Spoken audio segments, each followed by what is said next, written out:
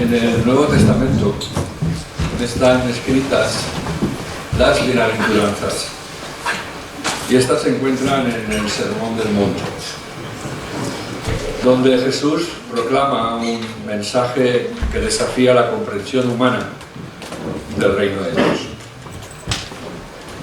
Las bienaventuranzas representan los principios del reino de Dios y son a la misma vez un modelo de vida para los creyentes. Repito, las bienaventuranzas son un modelo de vida para los creyentes. La palabra bienaventurado proviene del hebreo ashrei y significa, tiene muchos significados, pero su significado desde la raíz, desde su contexto lingüístico hebreo, significa contento, feliz, prosperado, bendecido por Dios. Estar completamente satisfecho, sin importar las circunstancias. Es la bendición suprema y la felicidad exaltada. Eso es lo que significa bienaventurado. Cuando tú vayas a la palabra de Dios y leas la palabra bienaventurado, este es su significado. Es la bendición suprema y la felicidad exaltada.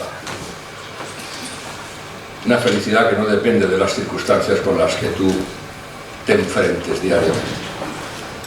Es una felicidad que proviene de tu interior, desde el gozo que es tu fuerza, producido por el Espíritu Santo. En estas bienaventuranzas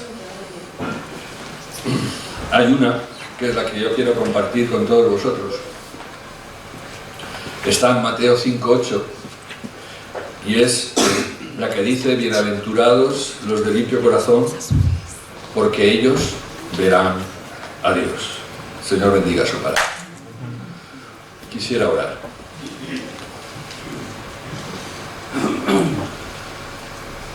Señor y Padre, estamos reunidos en tu nombre con la certeza de que tú nos presides,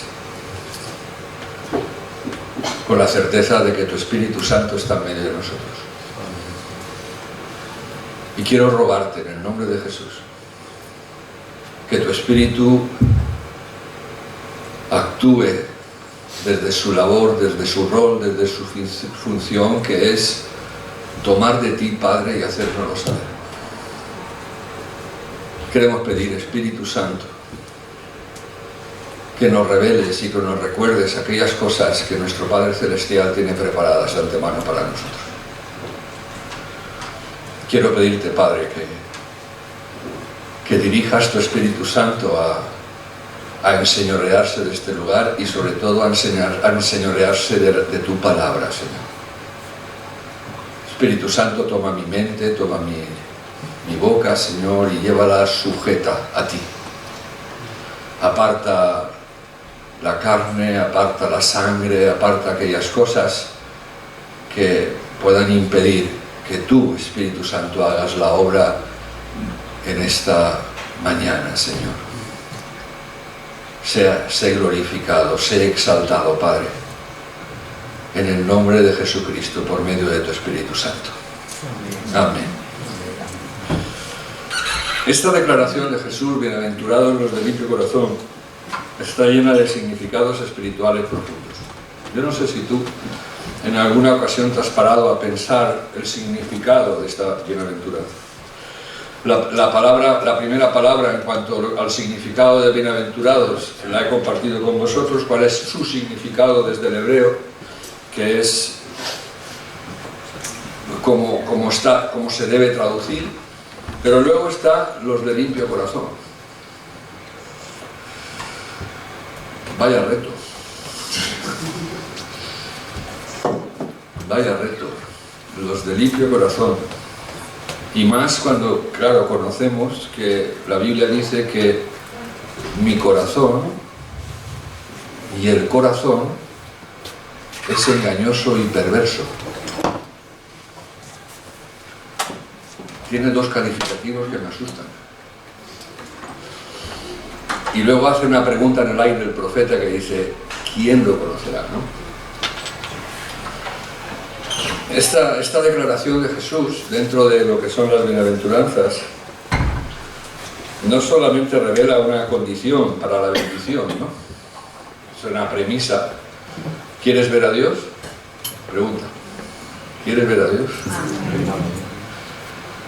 Pues procura que tu corazón esté limpio. Sin embargo, si lo pone, lo pone, ¿eh? Por lo tanto, lo que me gustaría con la ayuda del Espíritu Santo es poder recibir de parte del Señor desde el cielo cómo podemos conseguir ver a Dios y qué es lo que significa ver a Dios, ¿no? Porque fíjate lo que dice la Biblia, dice que nadie la ha visto, nadie le verá al Padre. Sin embargo, hay otras dos personas que siguen siendo Dios, el Hijo y el Espíritu Santo.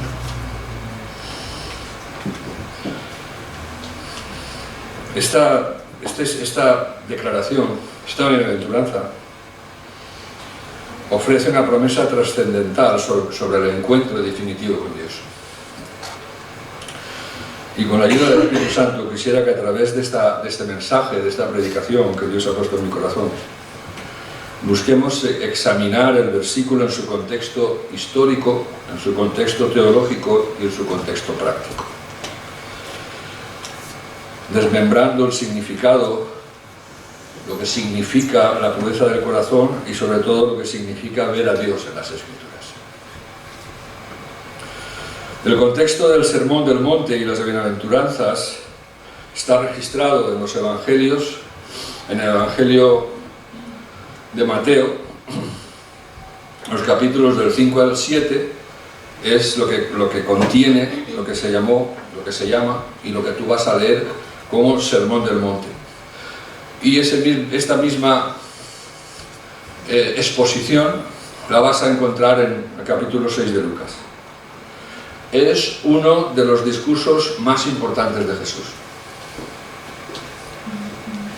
De los más importantes. Entendiendo que toda la palabra es importante. Lo que quiero decir es que este sermón tiene un peso profundo, de mucha profundidad. En este sermón Jesús describe las características y la ética del reino de Dios.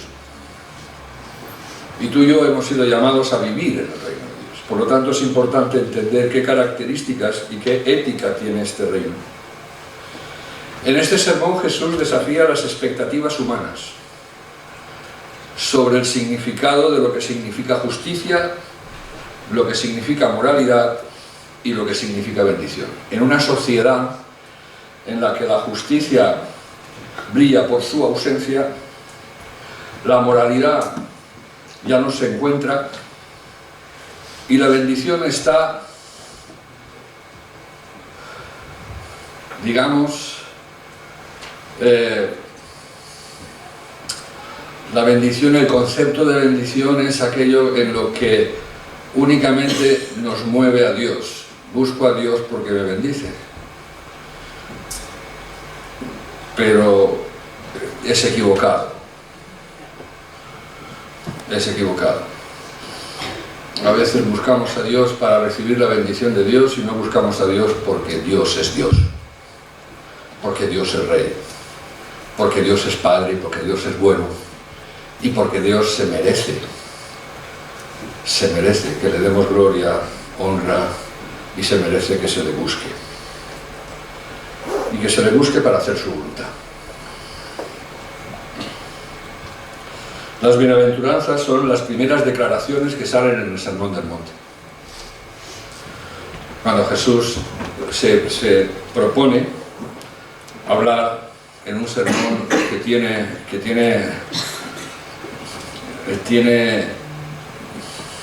un peso impresionante, donde se habla de muchos temas, repito, concernientes a la justicia y a la moralidad, a la bendición. Lo que muestras es un resumen de las actitudes y las cualidades que el reino de Dios valora. Las bienaventuranzas revelan que el estándar de Dios es completamente diferente al estándar del mundo. Y aquellos que el mundo considera débiles, aquellos que el mundo considera marginados, son en realidad los más bendecidos. Es curioso y impacta cuando leemos en la palabra de Dios que Dios vino y escogió a lo vil y a lo menospreciado del mundo. Y cuando leemos este sermón, sobre todo el sermón del monte, ¿no? Pero en las bienaventuranzas vemos que dentro de esta declaración los débiles, los marginados, son en realidad los más beneficiosos del reino. Los humildes, los que lloran, los mansos, los misericordiosos, los pacificadores, los que son perseguidos, los vituperados, esos tienen el privilegio de ser bienaventurado, y espero que no te hayas olvidado de lo que significa bienaventurado. John Stott, en su obra El Sermón del Monte, dice así: las bienaventuranzas no son un código ético, sino una descripción del tipo de vida que resulta de una transformación radical por el poder de Dios. Y es precisamente esta transformación la que da lugar a un corazón limpio, reflejo del carácter de Dios.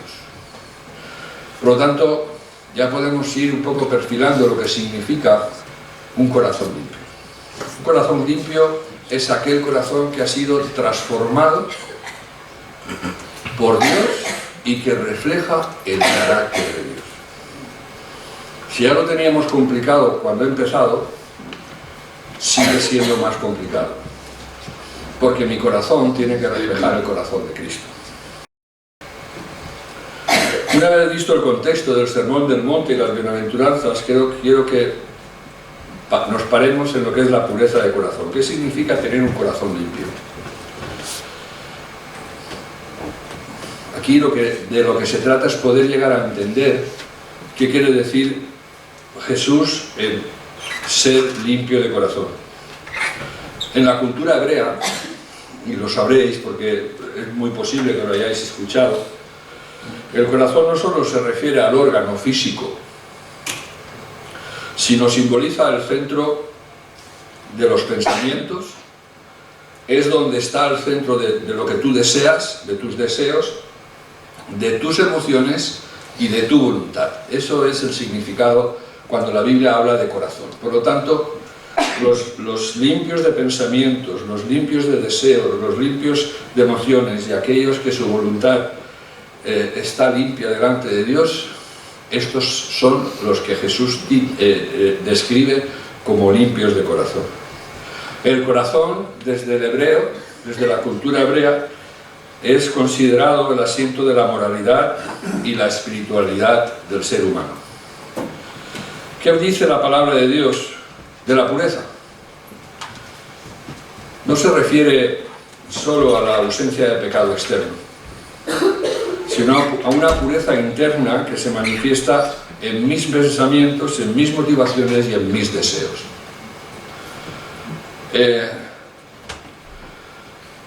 La ética que Dios busca en nosotros, esa moralidad, esa manera de vivir que Dios busca en nosotros, engloba nuestros pensamientos, nuestras motivaciones y nuestros deseos. ¿Cuáles son tus pensamientos acerca de Dios? ¿Cuáles son tus motivaciones acerca de Dios? ¿Y cuáles son tus deseos acerca de Dios? ¿Cuáles son tus pensamientos acerca de tu prójimo? ¿Cómo son tus pensamientos acerca de tu entorno? ¿Cuáles son tus pensamientos hacia el incrédulo? ¿Y cuáles son las motivaciones y cuáles son tus deseos hacia Dios, hacia tu prójimo y hacia tu entorno? Esto es lo que encierra la pureza, esa pureza que Dios habla. En el Antiguo Testamento se expresa de algunas maneras, pero el Salmo 24, versículos 3 y 4 dice: ¿quién subirá al monte del Señor? ¿Quién estará en su lugar santo? el limpio de manos y puro de corazón, el que no ha elevado su alma a cosas vanas ni jurado con engaño. Este versículo lo que hace es subrayar que el corazón limpio está relacionado con una vida de integridad. Habla de las manos. Conlleva aquello que tú haces con las manos, aquello que tu corazón se mueve, cómo se mueven tus pensamientos, cómo se mueven tus motivaciones, cómo se mueven tus deseos. El que no ha elevado su alma a cosas vanas ni jurado con engaño, aquel que busca tener una vida íntegra y fiel a Dios. La pureza no solo está en lo visible, porque podemos aparentar una cosa y luego ser otra completamente diferente. Jesús llamaba a los fariseos sepulcros blanqueados. Eran personas llenas de conocimiento de Dios, que se les hinchaba la boca de hablar de los mandamientos de Dios, pero al final Jesús tuvo que decir, que contrarrestar y poder dirigir a aquellas personas con las que él caminaba, que hicieran lo que decían esas personas, pero que no, hicieran lo que hacían. Por lo tanto, es muy importante analizar nuestra propia vida en cuanto a ver cuáles son realmente nuestras motivaciones y cuál es nuestro caminar. La pureza no solo está en lo visible, sino en lo interno, en lo que el ser humano piensa, en lo que el ser humano hace y en lo que el ser humano desea. Por lo tanto, la limpieza de corazón la puedo evaluar en mí mismo, en cómo pienso, en qué es lo que hago y qué es lo que deseo. C.S. Lewis, el que escribió las Crónicas de Narnia, escribió un libro que se llama El Gran Divorcio, y en ese libro él dice que las criaturas más felices son aquellas que tienen corazones sin doblez, porque son aquellas que han sido purificadas, santificadas y sin el peso de la mentira. En el Salmo 51:10, David, el rey David, levanta una oración que yo creo que sería buena que hiciéramos nuestra en esta mañana. Crea en mí, oh Dios. Crea en mí, oh Dios, un corazón limpio. Renueva un espíritu recto dentro de mí. El rey David, después de su pecado con Betsabé, pide a Dios la creación de un corazón limpio. Y yo cuando veo esta oración, llego a entender que la pureza interior es algo que solo Dios puede generar en mí. La pureza que habla Jesús en las bienaventuranzas, y esta pureza que habla el rey David, desde su posición humilde de reconocer lo que había hecho, nos hace entender algo, que esa limpieza de corazón, esa pureza de corazón solamente la puede generar el Espíritu Santo, en ti y en mí. La pureza no es algo que se pueda lograr por medios humanos, por esfuerzos humanos, sino que es una obra de Dios, que la va a producir Dios por medio de su Espíritu Santo en la medida que tú te dejes y permitas que el Espíritu Santo haga su obra en ti y te vaya santificando. Para Agustín de Hipona es uno de los grandes teólogos de la Iglesia, el corazón humano es tan corrupto que solo puede ser purificado por la gracia de Dios. Y yo digo amén. Amén. El corazón humano es tan corrupto que solo puede ser purificado por la gracia de Dios. Jeremías lo definió de otra manera. En Jeremías 17:9 dice: engañoso es el corazón más que todas las cosas y perverso. ¿Quién lo conocerá? No he ido a buscar la traducción de perverso, pero tú lo entiendes, ¿verdad? La Biblia nos dice que el corazón humano, sin la intervención de Dios, está naturalmente inclinado al pecado y a la corrupción. porque nuestra naturaleza es una naturaleza caída. No hay nada bueno en nosotros. Y cualquier cosa que haya de bueno en nosotros, eso es una dádiva de Dios, es un regalo. No es nuestro. La pureza del corazón, viendo un poco el trasfondo teológico, recordad que estamos en el trasfondo teológico de lo que significa, solamente será posible cuando el ser humano, cuando los hijos, las hijas de Dios, se sometan a la transformación que Dios quiere hacer en ellos por medio del Espíritu Santo.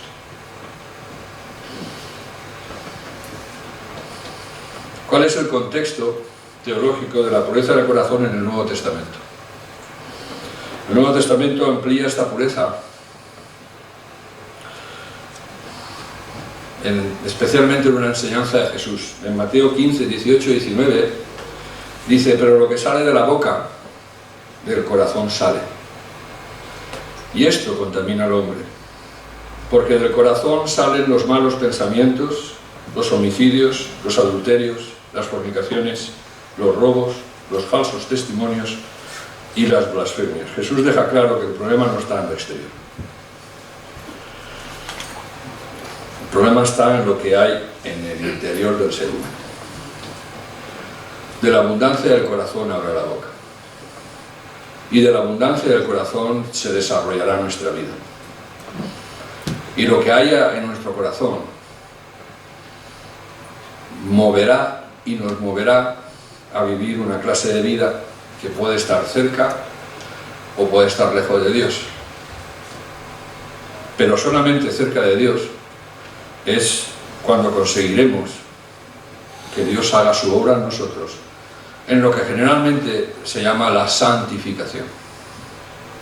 Un corazón limpio es aquel que ha sido transformado internamente para ser puros de pensamiento, de deseos y de motivaciones. Moody, predicador y teólogo del siglo XIX, nos recuerda en sus escritos: lo que llena el corazón de una persona lo reflejará su vida. ¿Quieres saber cuánto hay de Dios en ti? Analiza tu vida. Dile al Espíritu Santo que te muestre cuáles son tus verdaderas motivaciones, tus verdaderos pensamientos, y sobre todo que te muestre qué áreas y qué partes de tu corazón necesitan ser transformadas. Lo que llena el corazón de una persona lo reflejará su vida. Si el corazón está limpio, sus obras serán la expresión de su pureza. A Jesús, ¿por qué se le conocía? ¿Por lo que decía? Cuando la gente se presenta delante de Jesús, aún retumba, por lo menos a mí todavía me retumba la predicación del domingo pasado: ¿quién es este?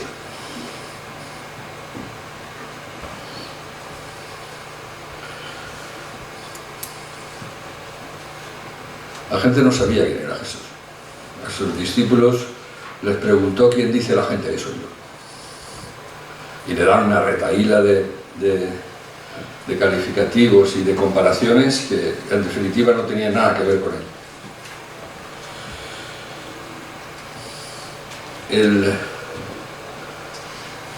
El corazón de Jesús le movía a hacer, a pensar, a relacionarse de una manera que cuando la gente le veía dejaba a un lado todo lo que había hecho y se presentaban delante de él como joven rico o Nicodemo. Dice: porque lo que tú haces, lo que va a expresar la pureza de tu corazón va a ser cómo caminamos, cómo andamos, cómo nos movemos, cómo pensamos, la capacidad que tenemos para poner la otra mejilla, la capacidad que tengamos para orar por los que nos ultrajan, por los que nos persiguen, la capacidad que tengamos para poder bendecir a nuestro prójimo, aunque esté muy lejano de nuestra manera de pensar. Esa capacidad que tengamos, que vean los demás en nosotros, que nuestra conducta refleja algo que es imposible, pero sin embargo, ese actuar en el Señor va a ser nosotros un reflejo de rostro que solamente es posible que Dios lo haga. Porque, escúchame, eres luz. Eres la luz del mundo. Por lo tanto, quieras o no quieras, brillas. Más o menos. La intensidad de ese brillo lo darás tú, según sea la pureza de tu corazón. Cuanto más puro, más brillo. Cuanto más brillo, más atracción. Cuanto más atracción, más posibilidad de presentar al que vive. Santiago 4:8 dice: acercaos a Dios y Él se acercará a vosotros. Pecadores, limpiad las manos, y vosotros los de doble ánimo, purificad vuestros corazones. Santiago exhorta a los creyentes, que está escribiendo. Santiago es una carta que escribe a los creyentes, ¿vale? Y Santiago exhorta a los creyentes a purificar su corazón. De la misma manera, en esta mañana el Espíritu Santo nos está exhortando a que analicemos nuestro corazón y que busquemos que nuestro corazón sea limpio. Por amor a Él. No solamente porque le podamos dar gloria a Dios, pero no en ese chantaje.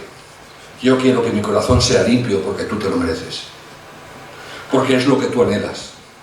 Porque eres lo que tú quieres de mí. Y sabes qué, Padre, que te amo.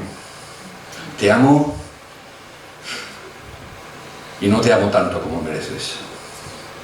Pero porque te amo, quiero sacrificarme y quiero luchar para ver que tú estás contento en mi esfuerzo por tener un limpio corazón. Santiago exhorta a los creyentes a purificar su corazón de la doblez. ¿Cuál es esa doblez? La doblez es esa tendencia a servir a Dios y al mismo tiempo el pecado.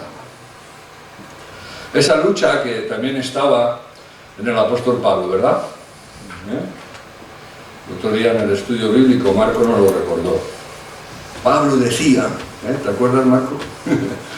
Pablo decía: no quiero hacer lo que hago, sino hago lo que no quiero hacer, y luego me doy cuenta de algo, que soy un pecador, que el pecado está en mí. Pero gracias doy a Jesucristo, porque es por medio de Cristo que puedes conseguir vencer esas batallas que habían desde el principio y existirán hasta la eternidad, y que existían en los siervos de Dios de antes y que existen en los siervos de Dios de ahora. Pero todo lo puedo en Cristo que me fortalece. Por lo tanto, no tenemos excusa. Y lo vamos a ver. La promesa, porque ellos verán a Dios. La promesa de ver a Dios es una de las bendiciones más profundas que me pueden ofrecer.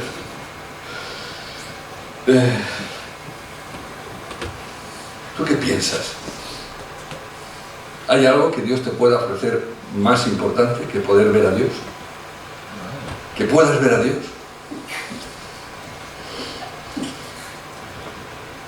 Ver a Dios tanto en esta vida como en la venidera. Eso es una experiencia que solamente está reservada ¿para quiénes? ¿Para todos?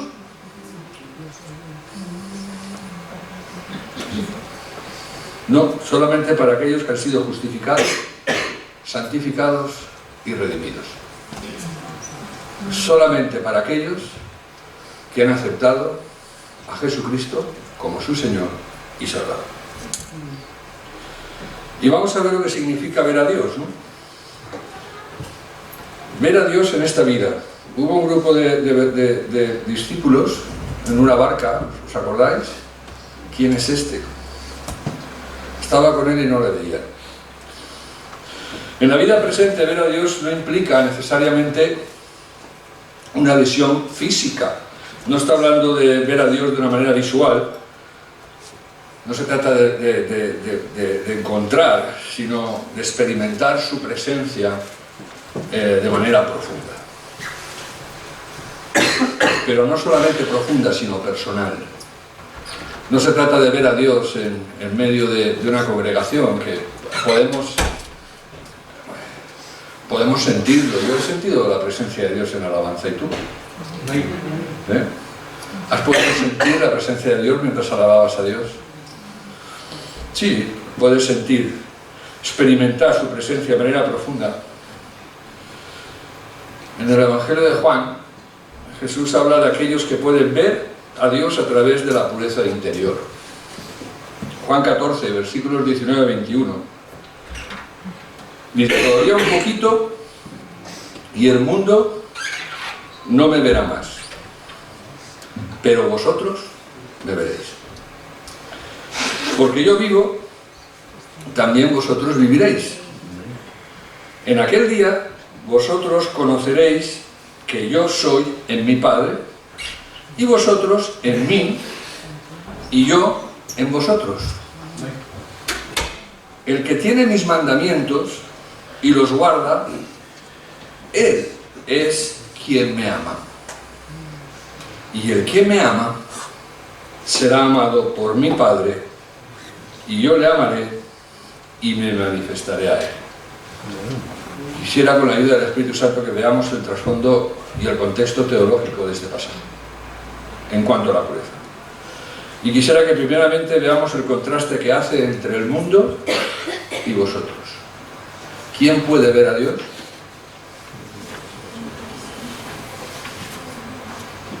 Hay unos que pueden ver a Dios, otros no pueden ver a Dios. El mundo no me verá, pero vosotros me veréis. La segunda apreciación, que nos dice que Él está en nosotros, o sea, dentro de nosotros. O sea, cuando Jesús está hablando a sus discípulos, a las personas que estaban con Él, les está marcando algo importante.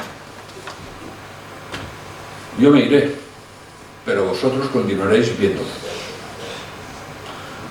El mundo no, pero vosotros sí. Bueno, vosotros. Vamos a hacer una aclaración más adelante. Y luego les dice: en aquel momento entenderéis lo que es el concepto de Trinidad, lo que estamos dando en el estudio bíblico, lo vemos, ¿no? Jesús dice: os daréis cuenta que yo estoy en el Padre, y vosotros en mí, y yo en vosotros. Ese tercer yo es el Espíritu Santo. Pero luego dice, que es la tercera apreciación, dice: el que tiene mis mandamientos y los guarda, él es quien me ama, y el que me ama será amado por mi Padre, y yo le amaré y me manifestaré a él. Hay una diferencia bien clara que quiero que apreciemos, que no dice el que sabe mis mandamientos, dice el que tiene mis mandamientos. No es lo mismo saber los mandamientos que tener los mandamientos. Porque dentro de nosotros, de aquellos que hemos sido justificados, santificados y redimidos, hay una persona dentro que nos muestra cada día cuáles son esos mandamientos. Porque a que Jesús presentó como el Consolador, y que es el Espíritu Santo, dice que Él, cuando yo me vaya, Él vendrá, os recordará todo lo que yo os he dicho, y Él tomará del Padre y os lo hará saber. Ya los mandamientos ya no están escritos en una página de la Biblia, ya no están escritos en unas tablas de piedra. Dice Hebreos que Él, por medio del sacrificio de Cristo, rompe el velo, entra y graba sus mandamientos en nuestro corazón. Ya nadie nos lo tiene que decir. No tendremos justificación cuando lleguemos al cielo, porque el Padre dirá: yo te di mis mandamientos, yo te los di. Por eso dejé el Espíritu Santo, no solamente para que te consuele, sino para que te enseñe a caminar, para que te ayude a santificarte, para que te ayude a buscar esa pureza que yo buscaba, para que te ayudase a llevar la conducta que yo dije que tenías que llevar. Por eso dice que los que tienen. ¿Y quiénes son esos que tienen? ¿Esa era para ellos?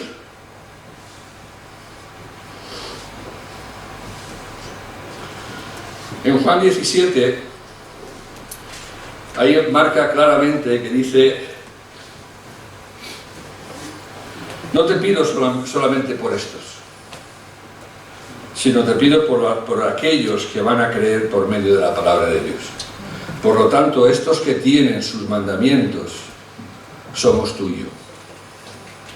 Pero luego hay algo más: el que tiene mis mandamientos y los guarda.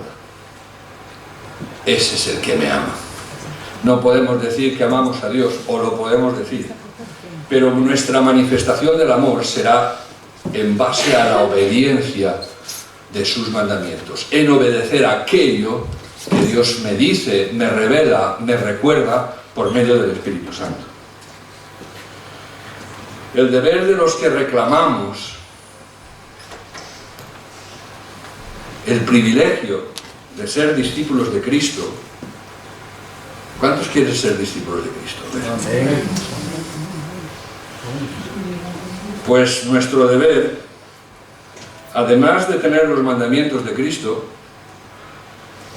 tenemos que guardarlos. Y no es suficiente que los guardemos en la cabeza, porque los sabemos, ¿verdad?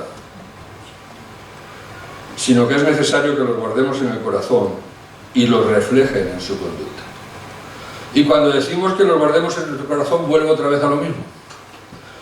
Que nuestros pensamientos, que nuestra conducta, que nuestra manera de ser, realmente reflejen esos mandamientos, que se cumplen esos mandamientos.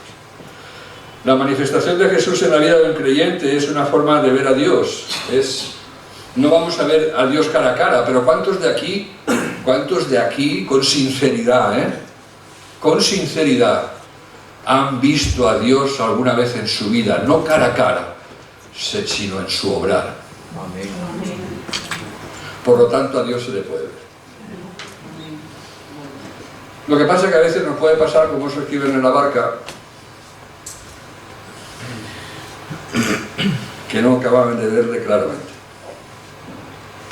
Pero les pasó también en otro pasaje, en otro capítulo, que dice que cuando Pedro llega y les dice: si eres tú,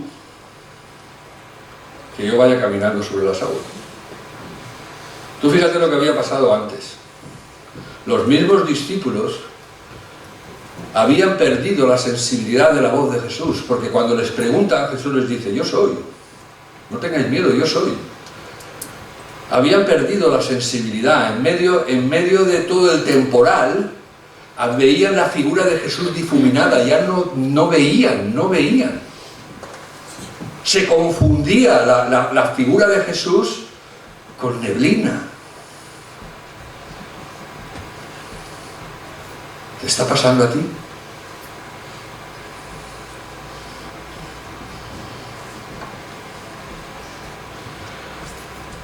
La pureza del corazón permite que la persona experimente la presencia de Dios,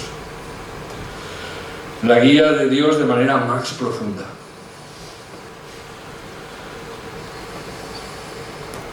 Mira, al final, los discípulos que andaban en la barca en la predicación del domingo pasado vieron a Jesús tomando autoridad sobre las olas, el viento, la tormenta en la barca. Te vieron. Y una manera de ver a Jesús es tomando autoridad sobre tus tormentas, sobre tus tempestades, sobre tus olas. Esa es una manera de ver a Dios. El otro día debatíamos, comentábamos, ¿no? En el equipo de servidores, sobre proyectos que tenemos y hablábamos de que tenemos un Dios de milagros, ¿no? Y alguien dijo: es que a veces los milagros no únicamente se trata de resucitar a un muerto o de que un paralítico se levante, ¿no? Milagros pueden haber todos los días en medio de nosotros y nosotros no verlos. Nos pasa como el de la barca. No es que Dios ha dejado de hacer milagros, es que igual mi corazón ha perdido esa pureza y esa limpieza para poder ver. Dietrich Bonhoeffer, teólogo alemán, señaló: ver a Dios en esta vida es experimentar su gracia transformadora, que limpia, purifica el alma, permitiéndonos ver su presencia en lo cotidiano.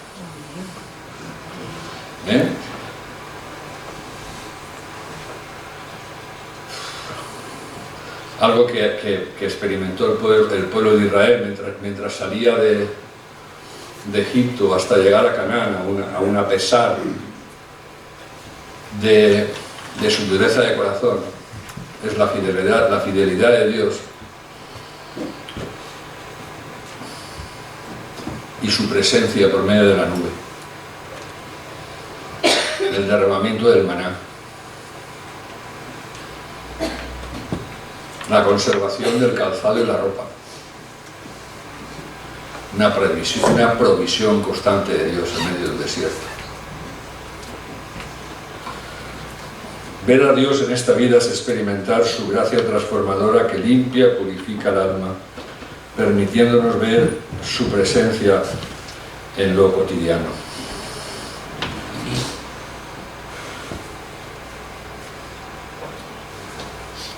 Ver a Dios en la vida futura. ¿Tienes ganas de ver a Dios en la vida futura? En la vida futura la visión de Dios es una promesa escatológica.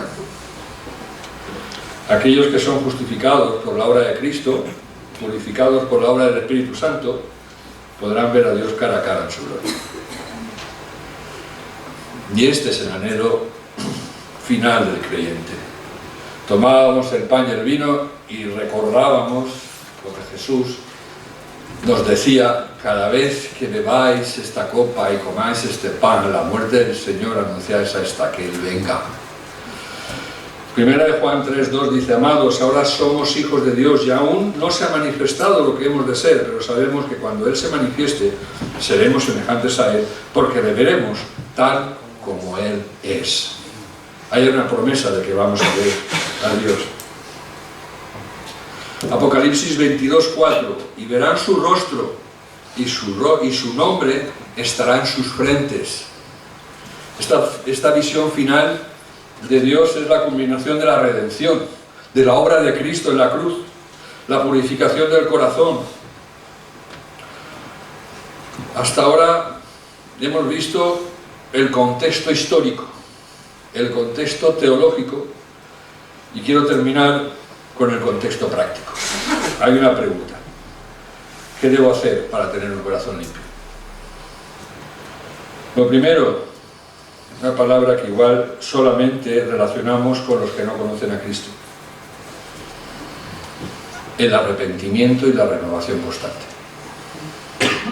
Para tener un corazón limpio es necesario reconocer la necesidad de arrepentirnos continuamente de nuestros pecados. ¿Hay alguno aquí que pueda decir que no peca? Por lo tanto, si eso es así, tenemos esa conciencia, necesitamos entender que cada día necesitamos arrepentirnos de aquellas cosas, ya no tanto que hacemos, pero sí que pensamos, o aquellas conductas que no agradan a Dios. Para practicar, para vivir de manera que podamos luchar por tener ese corazón limpio, necesitamos ejercitar el arrepentimiento y la renovación constante. Dice Pablo a la iglesia de Colosas, dice: mientras este cuerpo se desgasta, el cuerpo exterior, dice, el interior se renueva de domingo a domingo y de estudio en estudio, de día en día. Por lo tanto, para tener un corazón limpio necesitamos arrepentirnos y buscar una renovación constante en el espíritu. Hacer un inventario constante, día a día. ¿De qué cosas necesito arrepentirme? ¿Y qué cosas hay en mí que necesito renovar? La purificación, la santificación del corazón es un proceso constante, no es un evento único. No es algo que ocurre cuando tú entregas tu vida a Cristo. El arrepentimiento es la puerta de entrada a la santificación del corazón. El arrepentimiento es la puerta de entrada a tener un corazón limpio. Y el creyente debe vivir en constante humildad y dependencia de Dios para mantener su pureza interior. Necesitamos ser humildes, reconocer que necesitamos a Dios constantemente porque no somos buenos, no somos perfectos, pero Dios nos pide esa perfección, sabiendo que no llegaremos. Pero dice que la vida del creyente es como la luz de la aurora, que va en aumento. Es un proceso en el que nosotros tenemos que incluirnos nuestra manera de vivir y decirle a Dios, como le dijo Juan el Bautista, es necesario que tú crezcas y que yo mengue, Señor. Esa es la actitud práctica para buscar ese corazón. Corazón limpio, hermanos, no se va a producir de manera espontánea, no por ser creyentes, no por conocer la teología, no por conocer el contexto de la bienaventuranza, sino en practicar aquello que Dios nos ha dicho, aquellos mandamientos que no están lejos de ti, están tan cerca que dice que están en ti. Esa es la cercanía que tienen los mandamientos de Dios. El proceso de santificación es algo diario. Tiene que haber un arrepentimiento, una renovación, y eso tiene que ser diario. El proceso de santificación es la obra del Espíritu Santo en la vida del creyente. No te lo ha dado única y exclusivamente para que tú sepas, sino es el elemento imprescindible para que tú puedas vivir una vida santificada. Es el Espíritu Santo el que produce en ti un corazón limpio. El Espíritu Santo es el que te va a capacitar para una vida que refleje el carácter de Cristo. No lo vas a hacer tú por ti mismo. Gálatas, Pablo habla a la iglesia de Gálatas y les dice, Gálatas 5:16, andad en el Espíritu, coma, y no satisfagáis los deseos de la carne. Es una decisión de andar en el Espíritu, de poner en práctica aquellos mandamientos que Dios ha puesto en mi corazón. Camino en ese deseo, y el Espíritu Santo es el que producirá en mí el no satisfacer los deseos de la carne. No satisfaré los deseos de la carne si no ando en el Espíritu, porque mi carne es contra el Espíritu y el Espíritu es contra la carne. Por lo tanto, si yo quiero practicar una manera clara mi vida, de cómo aplicarla y cómo llevarla para tener esa limpieza de corazón, debo andar en el Espíritu y entender lo que eso significa. Y no es otra cosa que aquellos mandamientos que Dios ha puesto en ti, están puestos para que los guardes y los pongas en práctica. Y eso es andar en el Espíritu. Y cuando andes en ese Espíritu, el Espíritu Santo te dará la capacidad y la fuerza para que no satisfagas los deseos de la carne, y al final levantarás tus ojos al cielo y dirás, gloria a ti, Señor, porque ha sido posible por ti y no por mí. Es una vida que glorifica a Dios. La pureza del corazón está relacionada con la obediencia continua a las enseñanzas de Jesús. El rechazo del pecado y un deseo profundo y genuino de agradar a Dios. La pureza en las motivaciones. No basta con ser exteriormente correcto. Jesús enfatizó que el corazón limpio implica tener motivaciones puras en todo lo que hacemos. En todo lo que hacemos. Porque amaremos a Dios con toda nuestra mente, con todas nuestras fuerzas y con todo nuestro corazón. En Mateo 5:8 Jesús no habla de acciones externas, sino de una actitud interna que debe ser recta. Y para terminar, Tozer expresa en su libro La búsqueda de Dios: la verdadera pureza no es solo la ausencia del mal, sino la presencia de un deseo constante de vivir para la gloria de Dios. La verdadera pureza, esa limpieza de que estamos hablando, si tú la anhelas, si tú la deseas, no es solamente una ausencia del mal, sino que tiene que haber una presencia y un deseo constante de vivir para la gloria de Dios. Pablo decía, todo lo que hagáis, hacedlo para la gloria de Dios. En el versículo, bienaventurados los de limpio corazón, porque ellos verán a Dios, nos tiene que llevar a una reflexión profunda sobre la naturaleza de la pureza interior. Y sobre todo, a una reflexión profunda en esta mañana de cuál es y cómo es nuestra relación con Dios. No de oídas, sino deseando verle manifestado en medio de nosotros. No un Dios de oídas, no un Dios que escuches de Él, sino ese Dios que después de 42 capítulos en Job pudo decir, mis ojos te ven y antes solamente te había oído de oídas. Que podamos vivir esa vida de experimentar, de buscar esa pureza interior y ese corazón limpio. Quisiera pedirle al grupo de alabanza que pasase.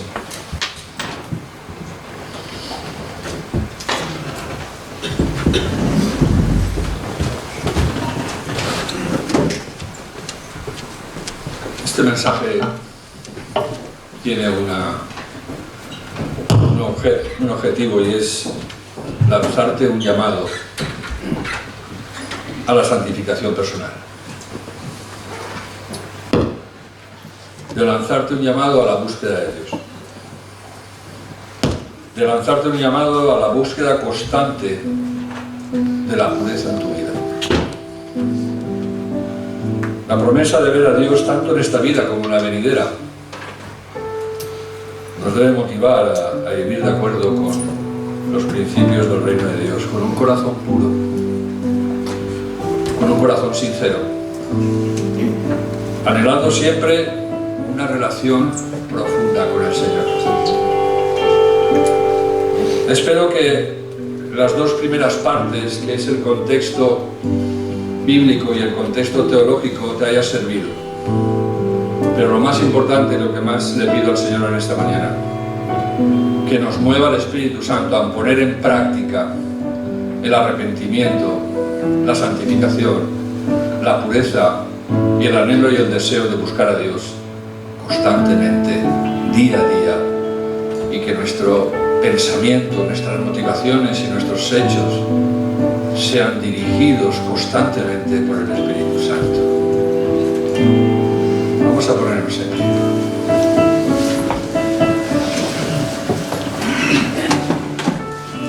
Señor y Padre, gracias por tu presencia, Señor. Gracias porque te acercaste a nosotros, nos escogiste, Señor. Y a ti te plació morar en medio de nosotros, Señor. Padre, en esta mañana queremos pedirte que esos mandamientos que has puesto en medio de nosotros podamos llevarlos a la práctica a través de tu gracia, Señor. Perdónanos, Padre, por las veces que caminamos sin importarnos la pureza de nuestro corazón. Perdónanos, Señor, por las veces que nuestros pensamientos, nuestras actitudes, nuestros hechos no son conforme a tu voluntad. Danos tu gracia en esta mañana para guardar esos mandamientos, Señor. Y pon en nosotros el anhelo, el deseo, el querer, la intención de vivir una vida que busque tu pureza. Ayúdanos, Señor, a andar en el Espíritu. Ayúdanos, Señor, a profundizar en tus cosas, Señor. Ayúdanos, Padre. Recibe toda la gloria, toda la honra, todo el honor. Y muchas gracias por tu presencia. Vamos a alabarte, queremos alabarte. Y pedirte en el nombre de Jesús que tú instales alabanza y adoración constante en nuestro interior, de manera que de nuestro interior fluyan y broten ríos de alabanza. Que nuestra alabanza a ti no termine en este culto, sino que cuando salgamos por esa puerta, tu Espíritu Santo nos haya inundado de tal manera que seamos hombres y mujeres adoradores que te adoren en espíritu y en verdad.